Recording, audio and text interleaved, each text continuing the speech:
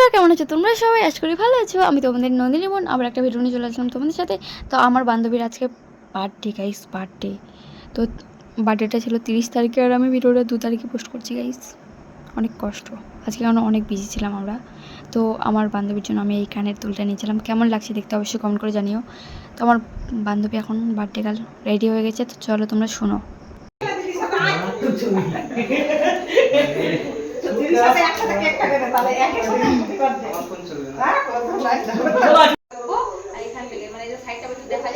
হ্যাঁ তুলবো, রেডি আছে।